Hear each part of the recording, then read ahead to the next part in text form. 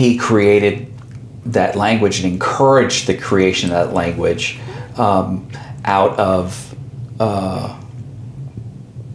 an interest in everyone and not his own position or power necessarily. He was trying to raise everyone up. And that's progress without oppression. Yes. Right? And that's why we talk about shit, or else High Roland comes up with some crazy stuff.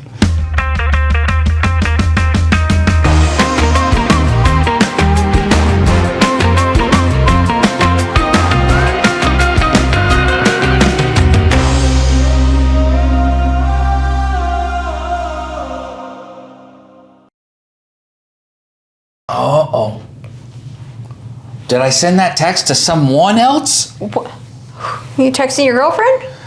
No. Boyfriend? No. I was... Lover? I don't know. I was washing the dishes, and I was thinking about something, and I said, hey, I need to remember this when I go downstairs. Oh, was it about the Native Americans? No. I mean, that wasn't a funny thing. No, we gotta have a funny thing. Oh, that was a. What probably makes me forget is I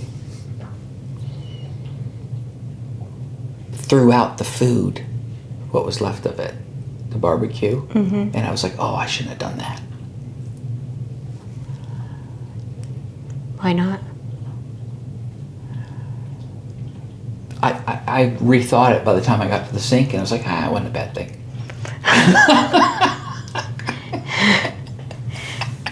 Somebody's probably a little pickled.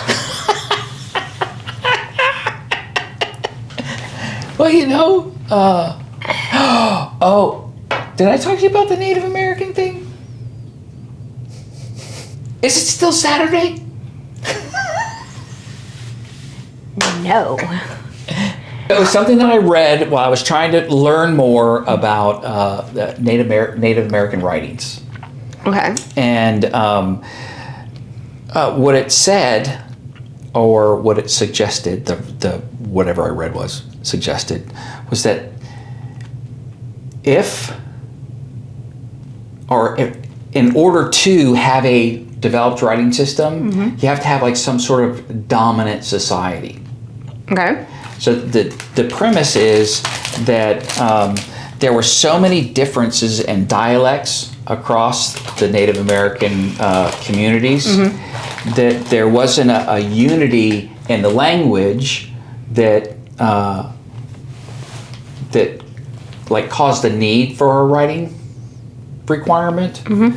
And then in order to have that happen, you have to have someone who's of such prominence, so important that they draw people to them to create that commonality.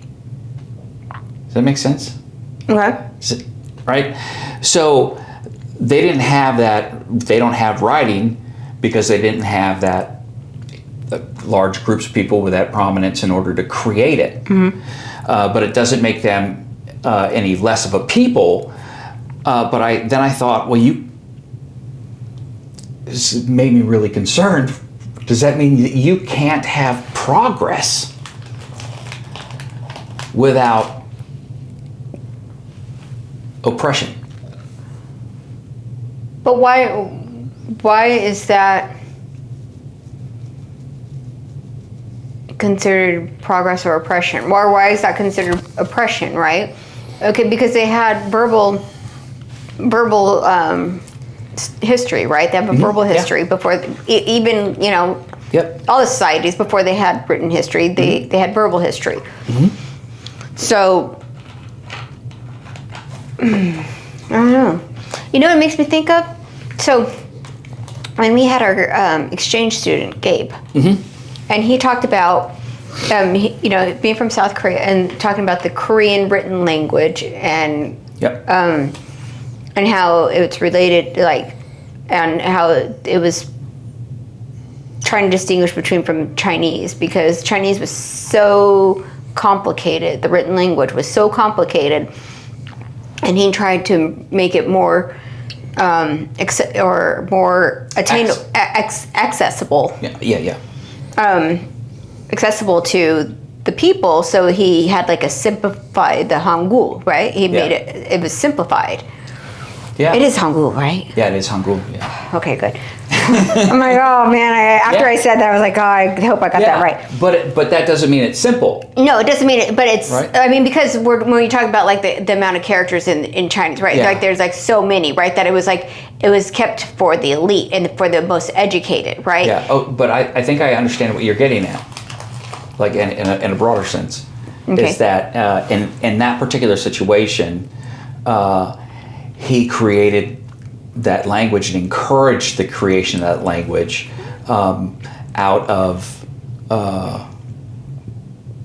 an interest in everyone and not his own position or power necessarily. He was trying to raise everyone up.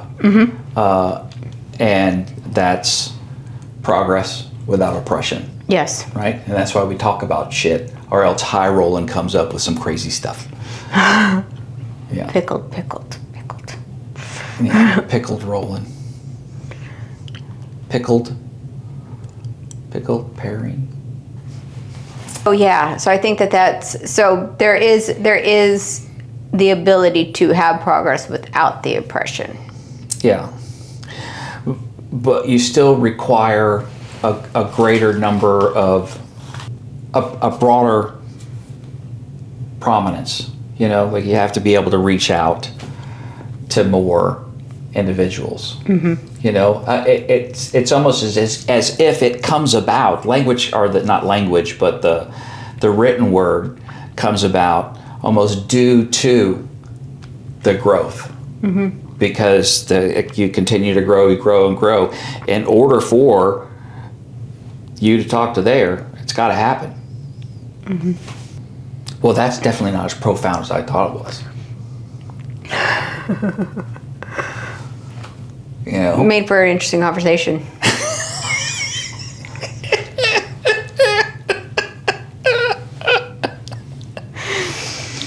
Okay. I can use smart words.